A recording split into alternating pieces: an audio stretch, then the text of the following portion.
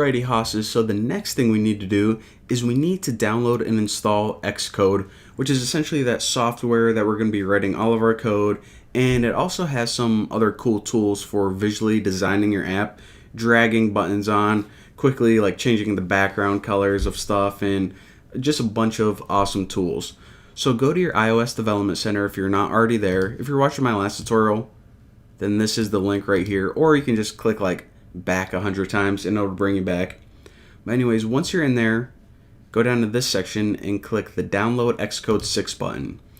Now we can either just download 6.1 at the, again, this version is going to change depending on when you're watching this video, but I don't like to download the beta because I really don't need it for anything, and I'm afraid that there may be a few bugs in there since it is beta. So I'm just going to click this one, the stable version, and it brings us to the App Store, since the App Store is where you have to download all your apps for your Mac.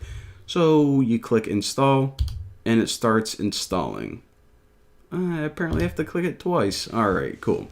So now, hold on, let me enter my ID. And it starts downloading and installing. And actually, if you go to purchases, then you can pretty much see the status of it. So it's a pretty big program. This one is 2.5 gigabytes, so it is going to take a while. I have an estimated time of 12 minutes right now. So instead of just sitting here and tell you some stories for 12 minutes, what I'm going to do is I'm going to stop the screen recorder and I'm going to come back to you guys whenever this is done. Alrighty then, very nice, very nice. It looks like it is downloaded and installed. And since we're going to be using it quite a bit, you might as well just stick it on your dock. So if you close out of this, then you can go to your Finder, which is this little face button right there.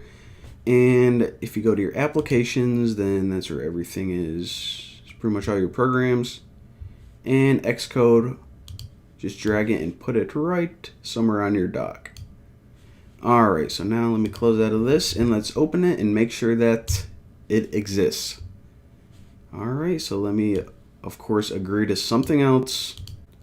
Alright, so here is the home screen. If you don't want this to open up every time that you open Xcode, then you can click this little check mark, show this window when Xcode launches, and eventually when we start developing projects, they're going to appear, all the recent projects on the right hand side.